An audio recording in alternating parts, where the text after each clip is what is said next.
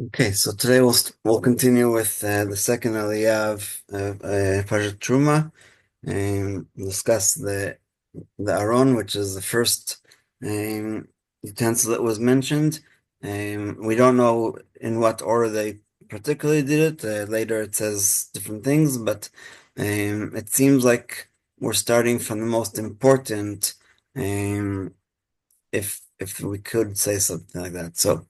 The verse says the following: they shall make an ark of acacia wood, and 2.5 orchot, 2.5 cubits long, a cubit and a half wide, and a cubit and a half high.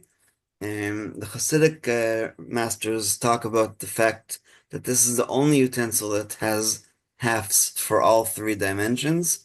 There's the table, for example, has 2 amot height, but a mile and a half wide. So this is the only one that all three dimensions, length, height, and width, are with halves.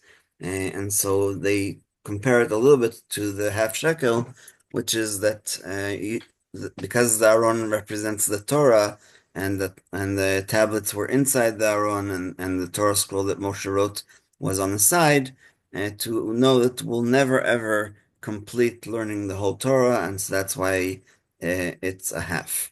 So Rashi explains that when we say ark, we think of the ark in our shul. Um, that's not really what it was, but for lack of any other word, they don't we don't have such a thing. So Rashi says, "Kamin aronot shosim belo raglayim," like the chests that they make or boxes that they make um, without adding feet, in the shape of a chest, which is called a shrin in Old French with rests. And so again, we don't know for sure what it looked like, but the idea is that it has to be carried, and it's not a floor to ceiling cabinet that we can open whenever we want, and it's not built with feet in order to either collect dust below or something like that, but rather it would rest on the ground of the desert and have these dimensions.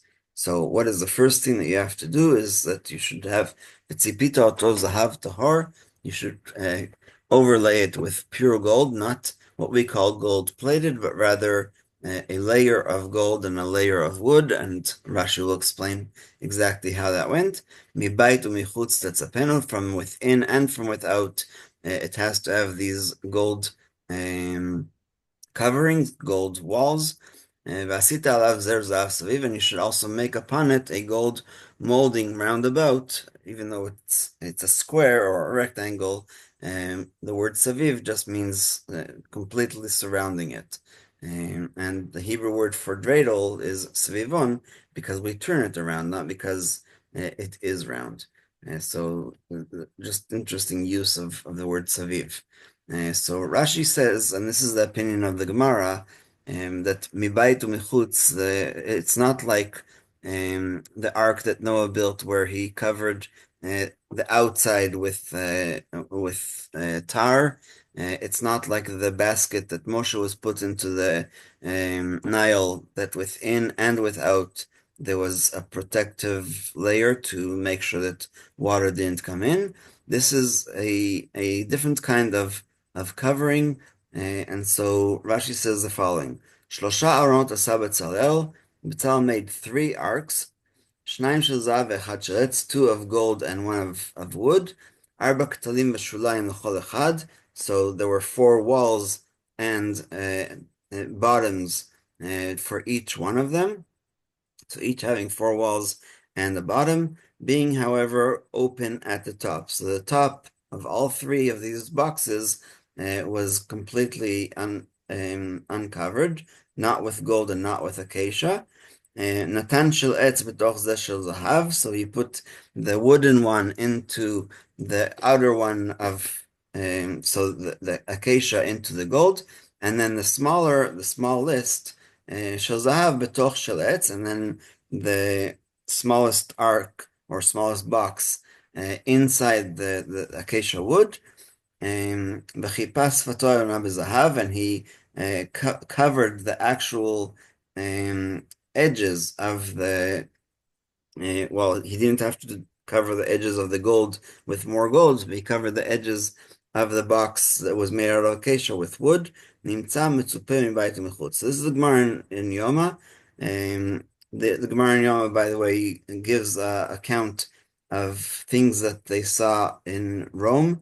And of course, because the Holy Ark was already hidden during the time of the first temple, that was not described there, but this is how they learned um, the tradition of how this was. So I was trying to look for a picture online what this would look like, but imagine if you know how sometimes people try to be funny for a birthday gift and they put one big box and then a smaller box inside of it and then a smaller box inside of it, and you have to unwrap each one until you find the actual gift.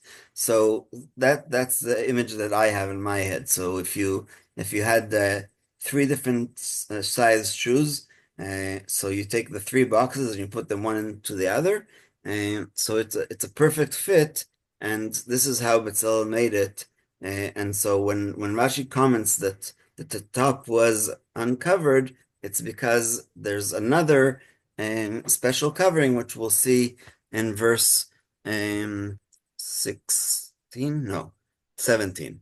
So that's why each one of these three boxes had to be uncovered, but just made out of pure gold, pure acacia, and pure gold, the most inner one. It must, Okay. it, it must have been a very, very heavy ark with all that gold. Yeah, I think that last year Rabbi said that it was 2 million tons. Um, But we also don't know how thick it was. But yes, gold is one of the heavier metals. Um, but we're also going to see actually in verse 13 that that there was wooden staffs that were also covered with gold in order to carry it with the rings that were put into the side of the outer box. But even so, there's the pshat is, meaning the simple explanation without any kind of midrash, is that because of that, if you take four kohanim or eight kohanim, depends on which opinion, and they're carrying it. Sorry, that wasn't the Kohanim, it was Levites. The Kohanim covered it, and then the Levites carried it. If you take four or eight Levites, that would balance it. Imagine if you took a car today. A car weighs about approximately 2 tons, and it had these long staffs on all sides. People can pick it up. My son single-handedly picked up a smaller car that the guy left parking on a woman's foot and somehow didn't notice that and left the car, and she's screaming her head off. And so it's almost like the miracle of Yaakov being able to roll the stone off the well. But so that's the pshat. But there is the opinion of the rabbis is that once the Levites put their hands onto the Tabaot, Hashem made a miracle, and instead of them carrying the ark actually carried them. It's discussed when in the book of Joshua when they crossed the river, that's where it's discussed that it had to be that way because otherwise they would sink into the water or into the mud, and so. That is our understanding. And then, of course, after the 40 years, it was completely stationary and didn't need to ever again. Well, between the Mishkan and the temple, that was like one or two. And if you remember the story of Uzzah, David had the Levites put the ark onto a cart, and it looked like it was slipping off the cart, and Uzzah reached out with his hand, and Hashem killed him. So again, it's according to the Pshat, it was just because managed division of the weight, it was uh, able to do it like that. Um, if you want, I'll send you a YouTube video that I saw recently of this man who was trying to explain how they built the pyramids with approximately 20-ton bricks, and he just single-handedly, with the help of some wood, manages to flip them over and carry them, and it's just I guess Hashem gave us a lot more strength than we think. Um, so ויצקת Yeah, לו ארבע טובות. What? that would be an interesting YouTube. Yeah, but Please, unfortunately, Zoom doesn't isn't able to share a Zoom because you can't hear the sound. You can just see the motions, and it'll probably mess up the internet connection. But I'll send it to you to your email, and just watch it whenever you have time. thank Um, you. sure, he invites his families and neighbors. They're all cheering on. Um, and I think his inspiration was Stonehenge, not the pyramids. Anyway, so verse 12, ויצקת לו ארבע תיבות זהב ונתת על ארבע פעמותיו, so you should cast four gold rings for it to be attached to its 4 feet. Um, and really, the word feet here is not correct because we said there aren't feet. It just means that on the four sides, I would guess in the middle, in order to again balance the weight. ושתי טובות על צלע אחת ושתי טובות על צלע השנית. So two rings on one of its side walls and two on the other side. And Rashi doesn't comment on that because he comments about the other makings. ועשית בדי עצי שיטים וציפית אותם זהב, so you take these poles or staffs made out of acacia wood and you cover them with gold.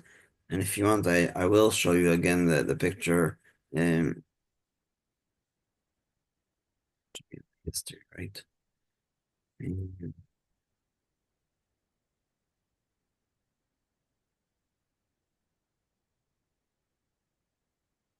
Here. So So this is how they imagine it, and it looks like it's pretty close because it specifically says about the Kehat and descendants that they carried it bakatef with their shoulder. So you balance with the shoulder and with your arm. Again, the question is, was this physically possible or not? We don't know, but they did carry it throughout the whole desert. One more reference. When the Philistines took it, it doesn't say that there was a miracle because why would Hashem do a miracle for the enemies of the people of Israel that hijacked the ark during the time of Eli and his sons? So and they were able to put it onto a wagon, not a covered wagon, but just like a flatbed, I guess. And it says that the cows went to Beit Shemesh, and um, the cows, I imagine, definitely have a lot more strength than people. But the fact that the Philistines, with the two staffs, were able to put it onto the wagon or the flatbed, I think that shows that. Um, if a miracle is not mentioned specifically, we don't need to say that there was a miracle. So, but again, we won't know until Mashiach comes back and shows us where the ark is. And okay, so ve'evetaita badim atabot al tzalot Aaron, verse 14. That you should insert the poles into the rings of the side walls of the ark for carrying the ark. This is Aaron Bahem. And is this from the previous verse? It is, sorry. Okay, so there's a have, just going back to the first Rashi from verse 11. He says that this crown-like ornament encompassed the ark round about from its rim. For Bezalel made the outer ark, which was of gold, higher than the inner ones, so that it stood up over against the thickness. So basically, it completely covered it, and that way it was like that. And he says that this kaporet is a sign like the Torah. Um, okay, so Onkelos and Rashi say, I don't know why we skipped this, sorry. And that the Palmotav, the sides where these rings were, was the corners. It was on the upper corners near the cover that the rings were placed, two on one side of the ark and two on the other side. Um, and Masechet Menachot, and um, yeah. So verse 15, the Gemara in Yoma um, says that this is a mitzvah, and not all the people who counted the 613 counted as a mitzvah, but of course it's a mitzvah that we can't keep today. Verse 15, B'tavot Aaron Yobadim lo yasur menu, the poles shall remain in the rings of the ark, they shall not be removed from it, and Rashi adds the word ever. So the question is, why would Hashem give us a mitzvah that is not even a question? Like, it's not hard to leave the badim, these staffs, poles in the rings. And the answer, based on the same mission of Ratzah Kadosh Baruch Hu Zakot et Yisrael, that Hashem wanted to give more merits to the people of Israel, is he's commanding us to do a mitzvah that we're doing anyway.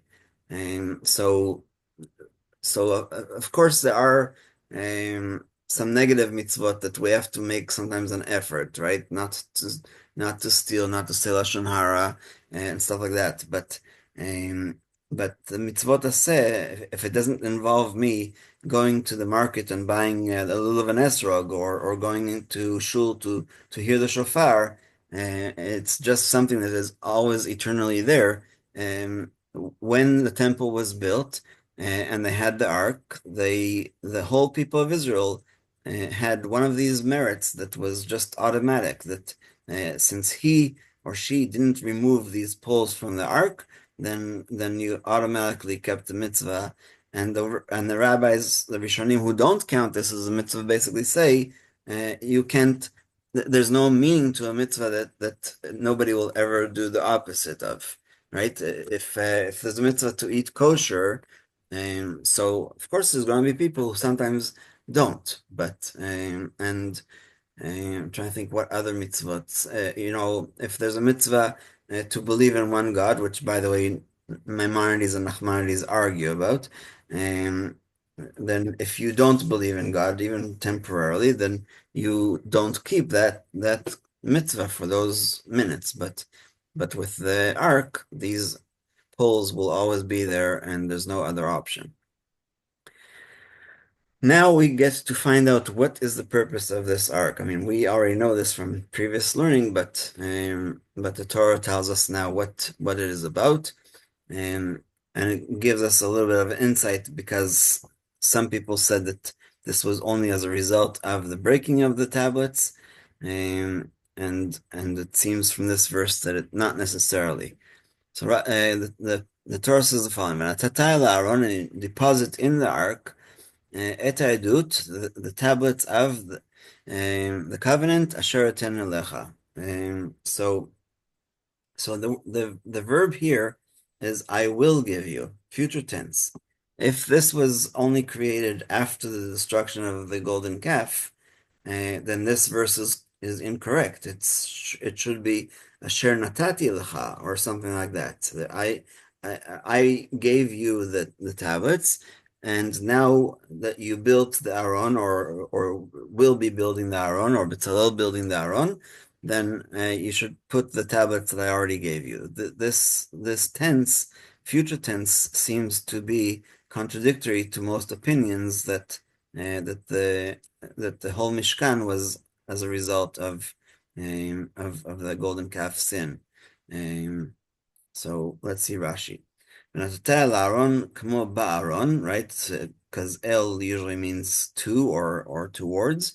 So Rashi says it should be understood as ba'aron, into, and thou shalt put it into the ark. And what are we putting into the ark? Ha'edut, HaTorah, the testimony, the Torah, i.e., the tablets, which is the testimony between me and you that I have ordained the commandments written in it.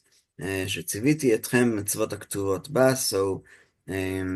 So this is to place in the covenant, in the ark of the covenant. And when we moved to the house at 180 Smythe, somebody showed us that at the bottom of the banister, there was a space where they would have like a tube made out of metal, and it can be lifted and then put into it like the deed and your wills and other important papers and take it out. So according to this understanding of verse 16, the purpose of the Aron was to have in it the tablets. The Gemara in Bava Batra discusses that both the broken and the whole tablets were inside the Aron. And then when we get to Parshat Vayelech Hazinon Mizot Bracha, Moshe gave the Levites a Torah scroll that he wrote, and that he said to put it beside the Aron, because even the smallest Sefer Torah would not fit into the dimensions that are mentioned earlier in the verses, in verse 10 and 11. Okay, let's do a few more, completing the whole idea of the ark. Verse 17, Vasita kapor zahav tahor, you shall make a cover of pure gold, which will be 2.5 orka, 2.5 cubits long, and 1.5 rochba, a cubit and a half wide. Why doesn't it say how high they are?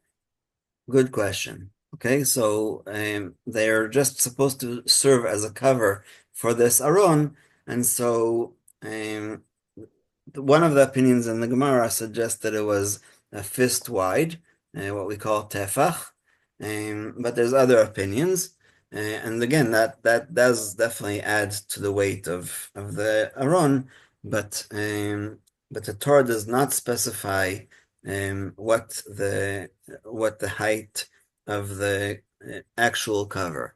We'll get in a minute to the two kruvim, and there are different opinions about that.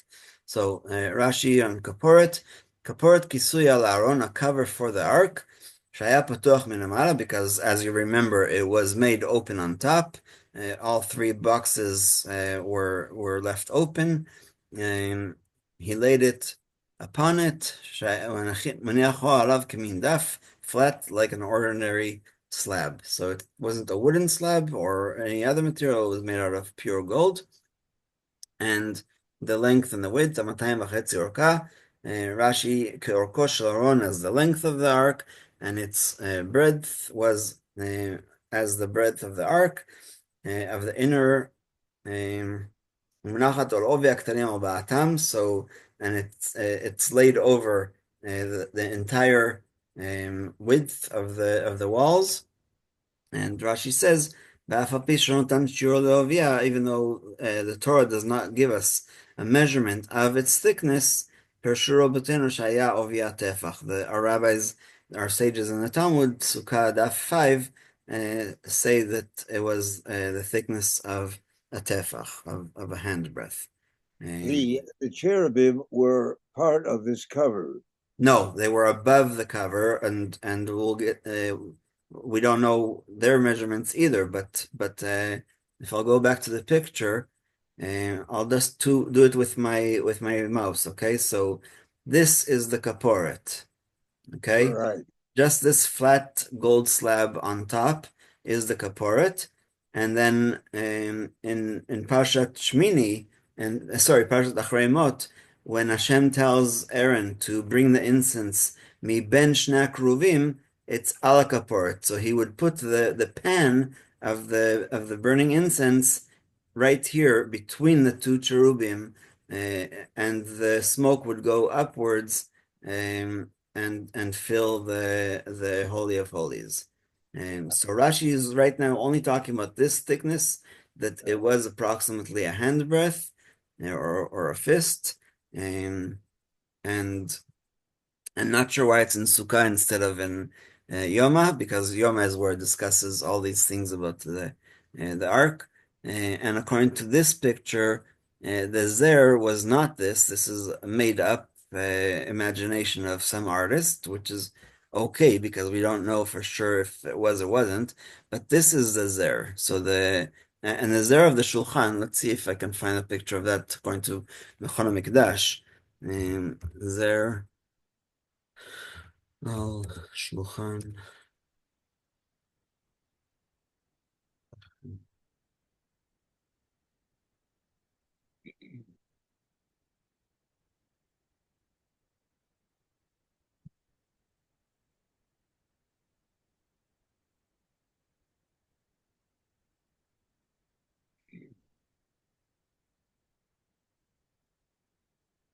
This is uh, this is not from Mechon Mikdash, but this also shows this is there. So it's basically different artists imagined it in different ways. We never saw the actual Zer on the Ark.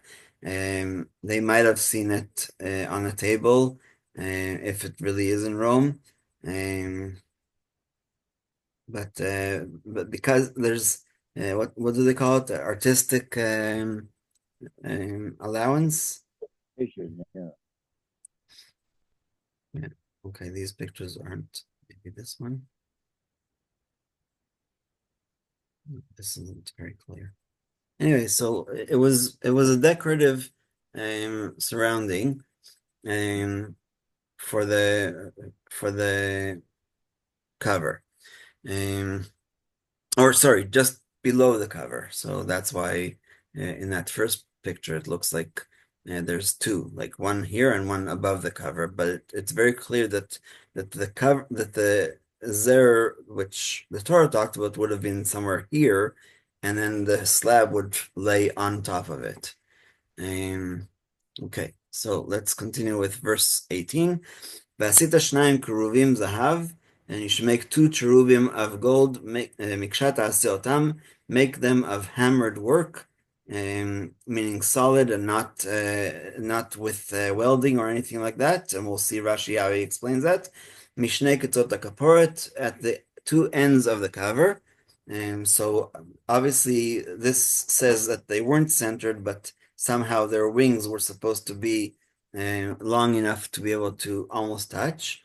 And that is the image that we talked about in the beginning to say that Hashem wanted to show us this intimate relationship. So what are these cherubim? Rashi says, Dmut Partsuf Tinok Lam. Again, this is from Sukkah. They had the form of a child's face, and um, the rabbis don't want to talk too much with connotations that are inappropriate, but they do suggest that it was of a boy and a girl. Again, that Hashem being the boy and us being the girl for that relationship. Um, if you remember from the book of Melachim, when it says that the people that hosted Elisha made for him a small room, it says that they made him a bed and a table and a chair and a candelabra. And so my rabbis taught me that was a representation of the Mishkan, of a holy place. So the mitah would have been the bed would have been the holy ark in the most intimate bedroom. And again, we don't want that imagery, but that's uh, to say why it's so holy because and so intimate.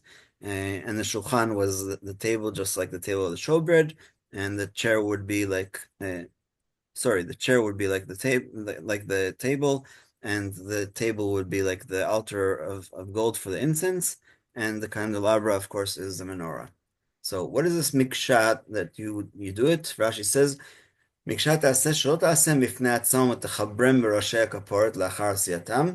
Don't Thou shalt not make them separately apart from the actual lid, and then join them to the ends of the lid after they have been made, like goldsmiths' work, which is called in Old French sodel, and I think that that's the word for welding in English. אלא התל זהב הרבה בתחילת עשיית הכפות.